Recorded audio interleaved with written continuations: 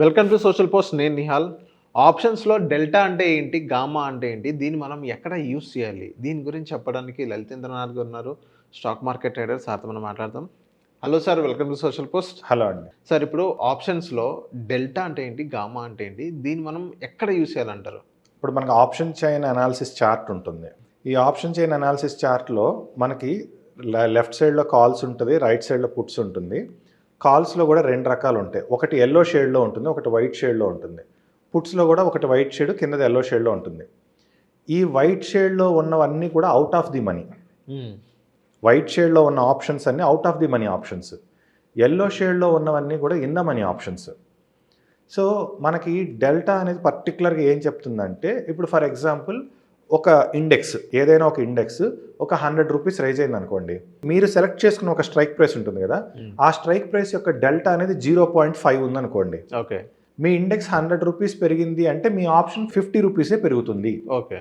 మీ delta 0.60 ఉందనుకోండి, అక్కడ 100 rupees పెరిగితే ఇక్కడ మీకు 60 రూపీస్ పెరుగుతుంది. సో ఇది డెల్టా అంటే ఎవ్రీ 1 రూపీ, అక్కడ 1 రూపీ రైజ్ అయితే ఇక్కడ నీకు ఎన్ని పైసలు వస్తాయి. So 1 rupee is equal to ఇక్కడ 60 paise, 1 rupee is equal to 50 paise, ఇలా ఉంటుందన్నమాట. అయితే చాలామంది ఏంటంటే ఈ డెల్టా గురించి అసలు అవేం పట్టించుకోకుండా మనకి స్ట్రైక్ ప్రైస్లో ఏ ఆప్షన్ యొక్క ప్రీమియం తక్కువ ఉందో వాటిని ఎంచుకుంటారు. జనరల్గా మీరు ఆప్షన్ చైన్ అనాలిసిస్ చూస్తే అవుట్ ఆఫ్ ద మనీలో ఎక్కువ మంది వాల్యూమ్ అంతా అక్కడే ఉంటుంది, ఇన్ ద మనీలో చాలా తక్కువ ఉంటుంది. దాన్ని బట్టే మనం అర్థం చేసుకోవచ్చు సెబీ రిపోర్ట్లో 90% ట్రేడర్స్ ఎందుకు లాస్ అవుతారు, 10% ట్రేడర్స్ ఎందుకు సక్సెస్ అవుతారు అని. ఎందుకంటే ఈ out of the money options అనేది ఏంటంటే ఒక పర్టికులర్ సిచ్యువేషన్ తర్వాత మీరు ఇండెక్స్ రైజ్ అవుద్ది కానీ ఇది రైజ్ అవ్వవు. ఓకే. అప్పటికి వాటి ప్రీమియమ్స్ అన్నీ ప్రీమియం డికే అయిపోయి ఉంటుంది అనమాట. ఇదేంటి ఇండెక్స్ పెరుగుతుంది, నా ఆప్షన్ పెరగట్లేదు, ఇవి వెళ్ళే కొద్ది ఇంకా తగ్గిపోతుందని అనుకుంటూ ఉంటారు. సో అందుకని ఏంటంటే ఆ పక్కనే మనకి ఈ ఆప్షన్ చైన్ అనాలిసిస్లోనే ఫర్ ఎగ్జాంపుల్ ఇప్పుడు మనకి sensible.com అనే వెబ్సైట్ ఉంది. దాంట్లో కింద మనకి ఆప్షన్ చైన్ అనాలిసిస్లోకి వెళ్తే ఆప్షన్ గ్రీక్స్ అని ఉంటుంది. ఆప్షన్ గ్రీక్స్ని సెలెక్ట్ చేసుకుంటే మనకి డెల్టా ప్లస్ గామా రెండు కనపడుతూ ఉంటాయి. అయితే ఇక్కడ డెల్టాలో ఒక పాయింట్ ఏంటంటే మీరు ఓన్లీ డెల్టా 80 ఉందనుకోండి. సో ఒక్క డెల్టా 80 ఉంటే సరిపోదు, డెల్టా ప్లస్ గామా రెండు కలిపి 80 ఉండాలి. ఓకే. ఒక్క డెల్టా 80 ఉందనుకోండి, డెల్టా ప్లస్ గామా అయితే 90 అయిపోతుంది. అంత ఓవర్గా ఉన్న చోట వాల్యూమ్స్ ఉండవు. మళ్ళీ ఇందామనికి కూడా ఒక లిమిట్ ఉంటుంది, ఒక లిమిట్ దాటితే వాల్యూమ్స్ ఉండవు. ఇప్పుడు డెల్టా ఈజ్ ఈక్వల్ టు 0.8 ఉందనుకోండి, అంటే 100 రూపీస్ పెరిగితే నాకు 80 పైస్ వస్తుంది, బాగానే ఉంది. డెల్టా 0.90, డెల్టా 1 కూడా ఉంటుంది. మరి డెల్టా 1 ఉంటే 1:1 రేషియోలో వస్తుందని ఆ స్ట్రైక్ ప్రైస్ తీసుకున్నాం అనుకోండి, అసలు అక్కడ డేటానే ఉండదు, అక్కడ ప్రైస్ అంతా జంపింగ్లో ఉంటుంది. సో డెల్టా అనేది మ్యాక్సిమం 80 వరకే పాసిబిలిటీ. అంతకన్నా బియాండ్ వెళ్తే ఏంటంటే డేటా అనేది ప్రైస్ జంప్ అయిపోతూ ఉంటుంది. ఎంతవరకు జంప్ అవ్వచ్చు అంటారు సార్? అది మన కంటికి కూడా కనపడదు, అలా జంప్ అయిపోతుంది. ఎందుకంటే అక్కడ వాల్యూమ్ ఉండదు కదా, క్యాండిల్స్ కూడా మీకు డాట్స్గా వస్తూ ఉంటాయి. సో అందుకని ఏంటంటే బెస్ట్ స్ట్రైక్ ప్రైస్ సెలెక్షన్ ఎప్పుడూ కూడా delta plus gamma is equal to 80 అవ్వాలి. డెల్టా ప్లస్ గామా అంటే ఇక్కడ డెల్టా ఎలా ఉంటుందంటే 0.80 ఫిగర్ కనిపిస్తూ ఉంటుంది, గామాలో ఎలా ఉంటుంది 0.007 ఉంటుంది.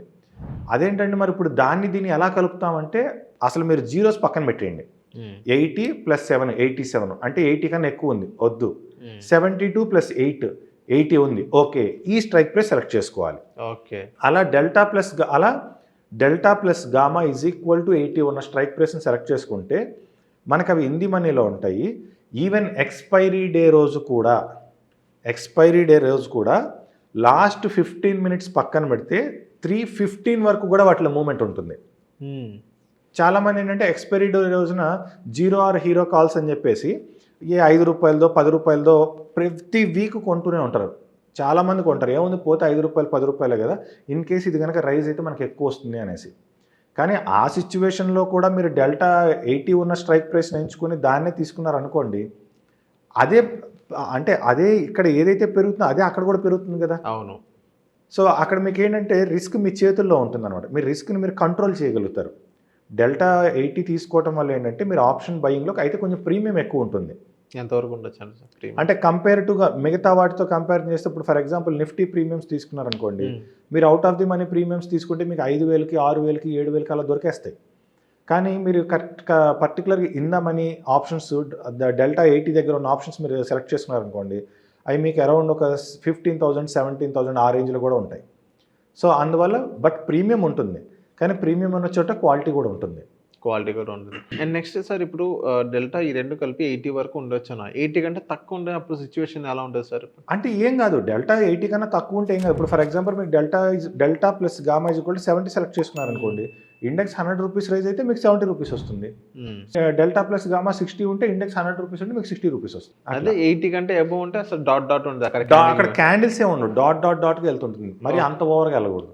Okay okay. So delta plus gamma is equal to 80 అంటే అంతకంటే తక్కువ ఉంటే కొంచెం పర్లేదు, తక్కువ ఉన్నా పర్వాలేదు. ఎంతవరకు తక్కువ ఉండొచ్చు అంటారు మరి? ఒక 60 to 80 లోపల ఉందనుకోండి మనకి బెస్ట్ అనమాట. 60 కంటే తక్కువ ఉన్న అప్పుడు 60 కన్నా తక్కువ ఉంది అంటే ఇంకా ప్రీమియం డికే స్టార్ట్ అయిపోతుంది వాటిల్లో. ప్రీమియం అనేది డికే ఉంటుంది. సో ఫర్ ఎగ్జాంపుల్ పొజిషన్కి మనకు అనుకూలంగా లేదనుకోండి, ఈ ఆప్షన్ డికే అయిపోతూ ఉంటుంది, ప్లస్ మీకు ఇంకా తిరిగి ఇండెక్స్ రైజ్ అని ఈ ఆప్షన్ రైజ్ అవ్వదు. డికేలోకి వెళ్ళిపోయింది కదా, ఇండెక్స్ రైజ్ అవుతుంది, ఇది రైజ్ అవ్వదు అనమాట. ఇక ఇండెక్స్ ఒక రేంజ్ స్థాయిలో పెరిగితే కానీ ఈ ఆప్షన్లో మూవ్మెంట్ రాదు. అంటే ఇప్పుడు ఎంతవరకు పెరగచ్చు అంటారు? ఫర్ ఎగ్జాంపుల్ మీరు ఒక 20,000 ఆప్షన్ తీసుకున్నారు, 20,000 ఇండెక్స్ 20,000 ఉంది, మీరు స్ట్రైక్ ప్రైస్ ఏం చేశారు తెలియక at the money 20,000 call option తీసుకున్నారు. 20,000 కాల్ ఆప్షన్ తీసుకుంటే అది మీకు 100 రూపీస్ తగ్గింది, అంటే 19,900కి వచ్చింది.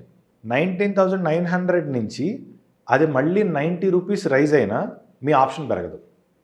ఓకే, మీరు 20,000లోనే కొనేశారు, అదే 100 పాయింట్స్ పడింది అంటే 19,900కి వచ్చింది. తిరిగి ఇది 1990కి వెళ్ళినా మీరు ఇందాక కొన్న ప్రైస్ ఉందే ఆ ప్రైస్ ఉండదు అక్కడ, ఇంకా దానికన్నా చాలా తక్కువ ఉంటుంది. ఇంకా తక్కువ ఉంటుంది. ఎంత తక్కువ ఉండొచ్చు అంటారు? 50% తక్కువ ఉన్న ఆశ్చర్యపోనక్కర్లేదు. 50% తక్కువ ఉండేది. మళ్ళీ మీ ఆప్షన్లో మూవ్మెంట్ ఎప్పుడు కదులుతుంది? అది 20,000ని క్రాస్ చేసి 20,000 20 40 50 మినిమం అలా వెళ్తే కానీ దీనిలో మూవ్మెంట్ రాదు. అదే మనకి ప్రీమియం డికే అనమాట. సో అందుకని ఏంటంటే మనం ఆల్రెడీ ఇన్ ద మనీలో ఉన్నాం అనుకోండి, అంటే ఇప్పుడు మీరు 20,000లో స్ట్రైక్ ఉందనుకోండి స్పాట్ ప్రైస్, మీరు స్ట్రైక్ ఎత్తుకెళ్ళి 19,700 కాల్స్లో ఉన్నారనుకోండి, 19,700 దాకా రావాలి కదా అది. అవును. సో ఈలోపు అది ఎన్నిసార్లు ఫ్లక్చువేట్ అయినా మీ ఆప్షన్లో మూవ్మెంట్ ఉంటుంది. సో ఆ ఎగ్జాక్ట్ స్ట్రైక్ ప్రైస్ని మీరు సెలెక్ట్ చేసుకోవాలి అంటే delta plus gamma is equal to 80. 60 to 80 మధ్యలో ఉండొచ్చు. ఓకే, ఇంత మ్యాథమెటిక్స్ మా వల్ల కాదండి, ఇంకా సింపుల్గా చెప్పాలంటే కూడా దానికి ఒక షార్ట్ కట్ ఉంది. ఎలాగా? Simple logic. ఫర్ ఎగ్జాంపుల్ మీ ఇండెక్స్ 20,000లో ట్రేడ్ అవుతుంది అనుకోండి, 200 రూపీస్ దగ్గర ఉన్న కాల్ 200 రూపీస్ దగ్గర ఉన్న పుట్టు ఆ రెండింటినీ సెలెక్ట్ చేసుకోవాలి. ఇక మీరు డెల్టా గామా ఏం చూడక్కర్లా. 25,000 ఉందనుకోండి, 250 రూపీస్ అంటే మార్కెట్ ఫస్ట్ క్యాండిల్ కంప్లీట్ అవ్వాలి. ఇది మార్కెట్ ఫస్ట్ క్యాండిల్ 9:15కి స్టార్ట్ అయ్యి 1 minute క్యాండిల్ చాలు.